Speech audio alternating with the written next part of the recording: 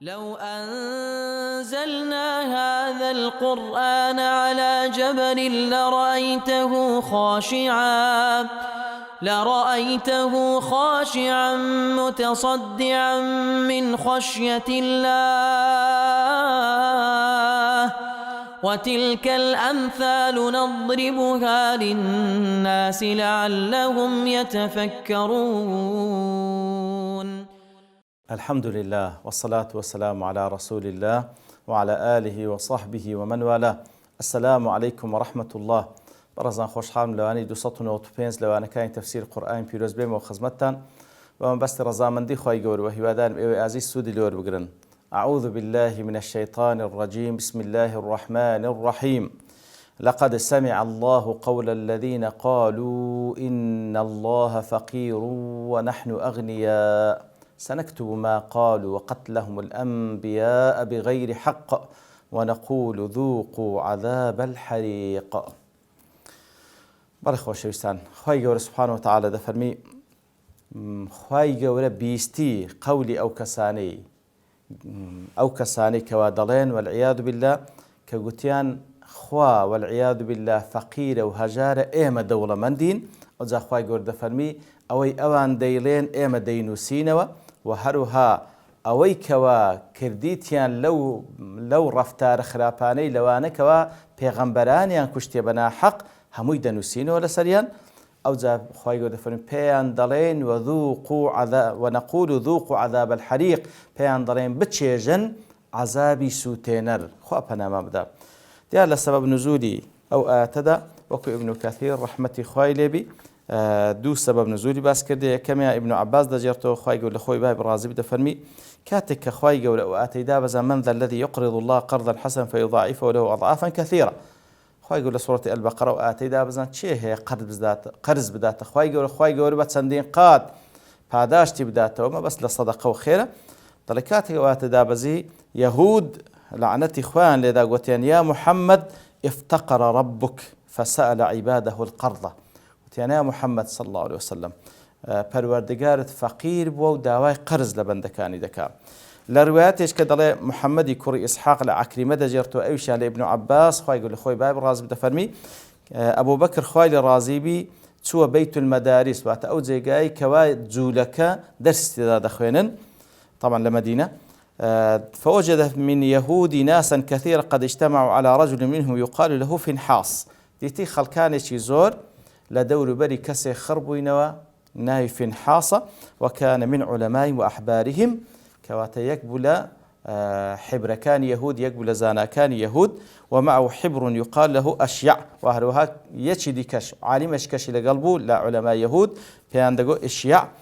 أبو بكر خوالي رازي بي بيفرمو ويحك يا فنحاس اتق الله وأسلم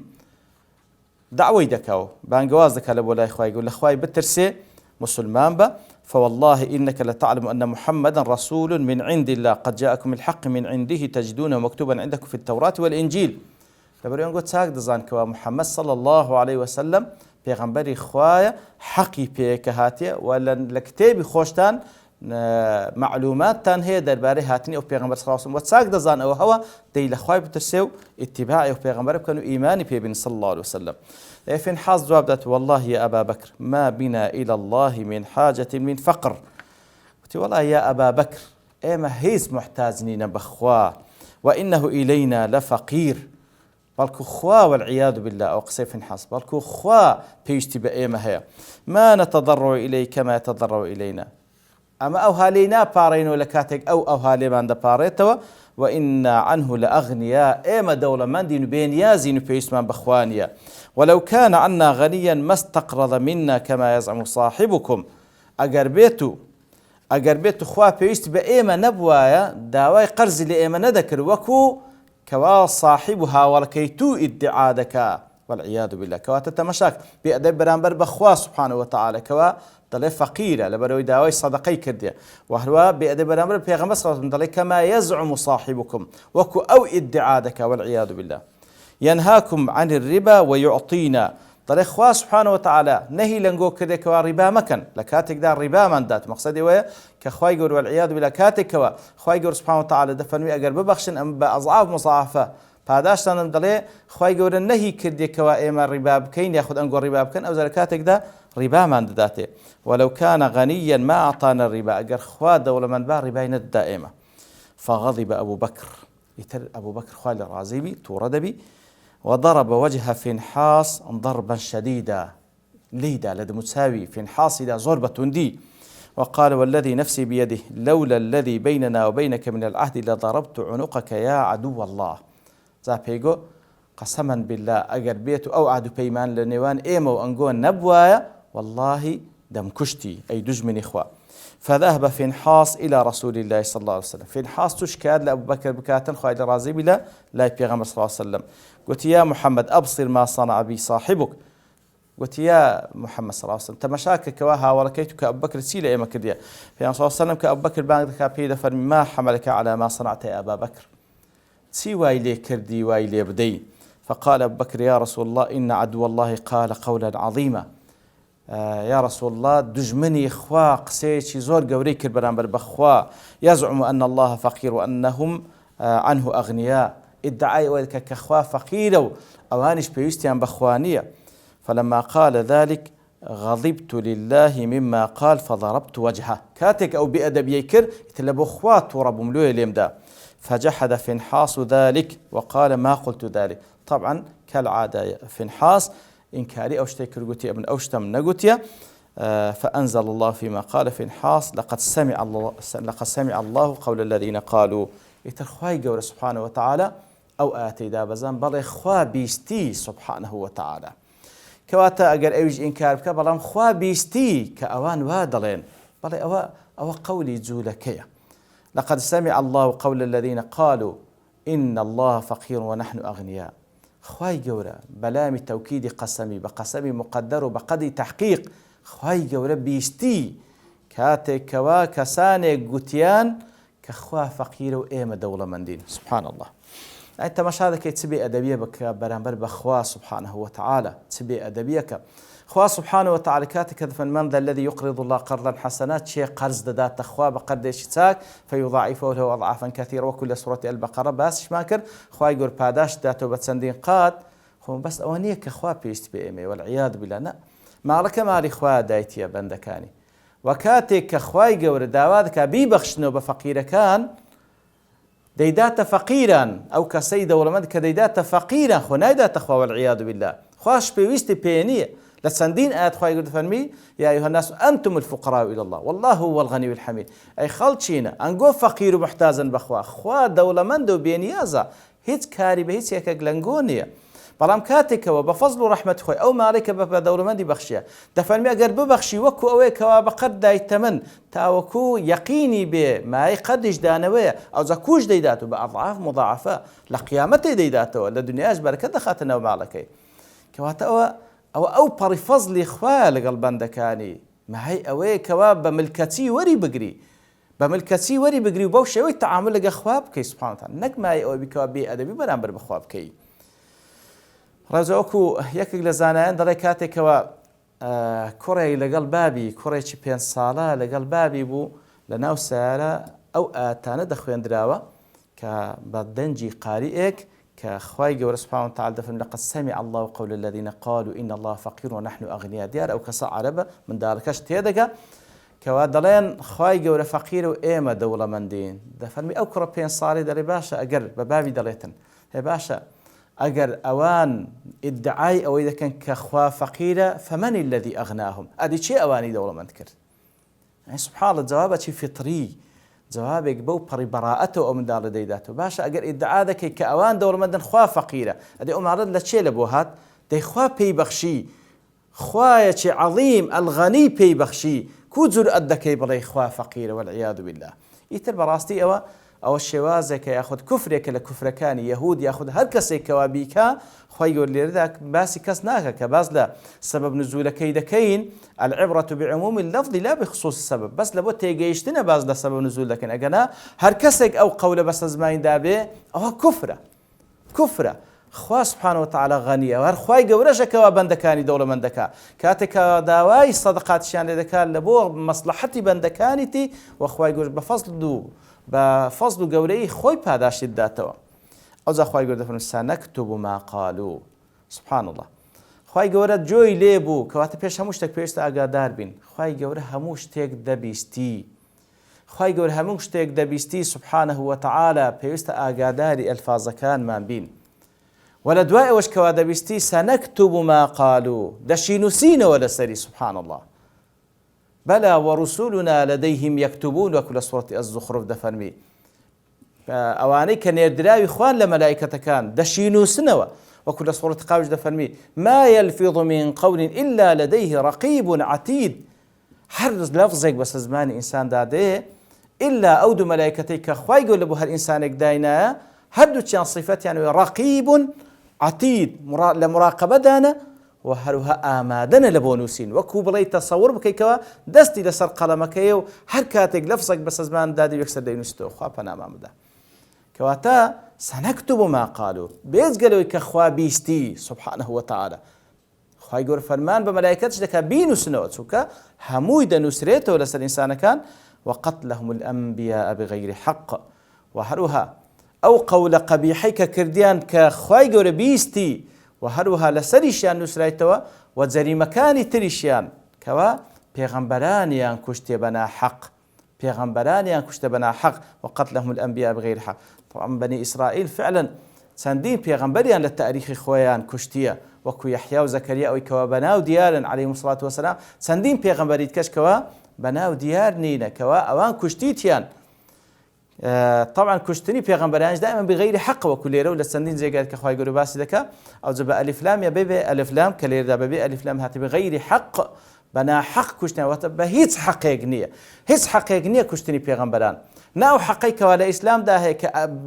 بغير الحق وەکو لە سوورەتی ئەلبەقەرەدا دەفەرمی کەوا چەند شتێک هەیە کەوا ئینسان پێی دەکوژرێتەوە لە ئیسلامدا وەکو لە حەدیثی پێغەمبەردا صلی الله علیه وسلم کەوا بە حەق دەکوژرێ. کاتێکەوە کەسێکی بە ناحەق کوشتە کاتێکەوە بەخۆی هاوسەرگیری کردی و زینای کردیە کاتێکەوە مرتد بوویتەوە و ئەوانە والحاصل حاتش دیاری کراوکەوە لە شەریعەتی ئیسلام ئەو ئینسانە پێی دەکوژرێتەوە کافرێکی محاربە. بەڵام کاتێکەوە بەبێ ئەلیف لام بغير حق واتە نەکە لە شەریعەتی ئیسلام لە هیچ شەریعەتێک حەقێک نییە کەوا پێغەمبەرانی پێ بکوژرێت. لەبەرەوەی پێغەمبەران عەلەیهیمو الصەلاة وەسەلام معسوومن کەواتە ئەو بەیانی واقع دەکا بغير حق واتە ئەوە نییە کەوە هەندێک لە پێغەمبەران بە ناحەق دەکوژرێن هەندێکیان بە حەق دەکوژرێن. نا ئەسڵەن کوشتنی پێغەمبەران هەمووی بە ناحەقە بە هیچ حەق و ڕەوایەک نییە کەوا پێغەمبەران بکوژرێن عەلەیهیمو الصەلاة وەسەلام. گەورەترین جەریمەیە لە دوای بڕیاردان شەریک لە بۆ خوای گەورە سبحانه وتعالى کەسێک کەوا پێغەمبەرێک بکوژی بە ناحەق. کەواتە خوای گەورە دەفەرمی سبحانه وتعالى ئێمە لەسەریان دەنووسینەوە ئەو قەولێک کە کردیان بەرامبەر بەخوا بێئەدەبی و کوفرە و هەروە بەرامبەر بە پێغەمبەران کەوا کوشتنی پێغەمبەرانە ونقول ذوقوا عذاب الحريق وبيان دلين روج قيامته بيچێژن سزای سوتێنەر کەوا عذابی جەهەنەمە. جا لێرەدا یەک پرسیار دێت پێش طبعا ئەوە وەکو لە سەبەب نوزولەکەی باسمان کرد کەسێکی وەکو فینحاس کە یەهودی بوو ئەو قسەی کرد یاخود هەر کەسێک کە دەیکا لە زەمەنی پێغەمبەر صلی الله علیه وسلم ئەو کاتی کە ئەو قسەیە کرایە بەڵام خۆ ئەوان نەبوون کە پێغەمبەرانی پێشینیان کوشتیە. لۆ خوای گەورە دەفەرمی ئەو قسەیان کرد و پێغەمبەرانیشیان کوشت بە ناحەق لەبەر ئەوەی وەکو زانان دەفەرمون کە ئەسلافی ئەوان واتە پێشینی ئەوان کە ئەو جەریمانەیان ئەنجامدایە ئەوانیش پێ ڕازینە ڕازیبوونیان